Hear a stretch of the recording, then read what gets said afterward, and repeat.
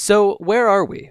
In the Strait of Sicily, the Mediterranean body of water between the Italian island of Sicily and the African country of Tunisia. So, what happened? On Monday, the Italian government revealed that its Coast Guard had rescued between 1,500 and 2,000 refugees from Libya over the weekend as part of the European Union's Operation Triton, an Italian-led operation with the goal of locating and ensuring the safe transit of refugees coming across the Mediterranean Sea toward Europe. In January alone, more than 5,000 refugees and migrants came to Italy by sea, primarily from countries in Africa and the Middle East facing serious instability, such as Eritrea and Syria.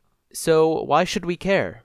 Libya is another such country facing instability, in part due to U.S. intervention in the country in 2011. At the time, and in the broader context of the Arab Spring, Libya faced civil war, and Libyan President Muammar Gaddafi had already committed serious human rights abuses while using language that indicated he would continue to do so. In response, a NATO-led group of countries had used missile strikes and other support measures to bolster Libyan rebels, eventually killing Gaddafi and leading to the institution of a new government. In 2014, disputes over the legitimacy of the new government resulted in another, currently ongoing civil war, with different parts of the country controlled by competing factions. As it so often does in this region of the world, this instability has allowed for the seizure of control in some areas by militant Islamist groups, which have mostly consolidated under the banner of ISIS, and in other areas by ethnic separatists, in this case Berber militias. You've probably heard of Benghazi at some point in the past few years. Benghazi is a large city in Libya and was the site of an attack on the U.S. embassy there committed by militant Islamists that resulted in the deaths of 4 Americans, including a U.S. ambassador.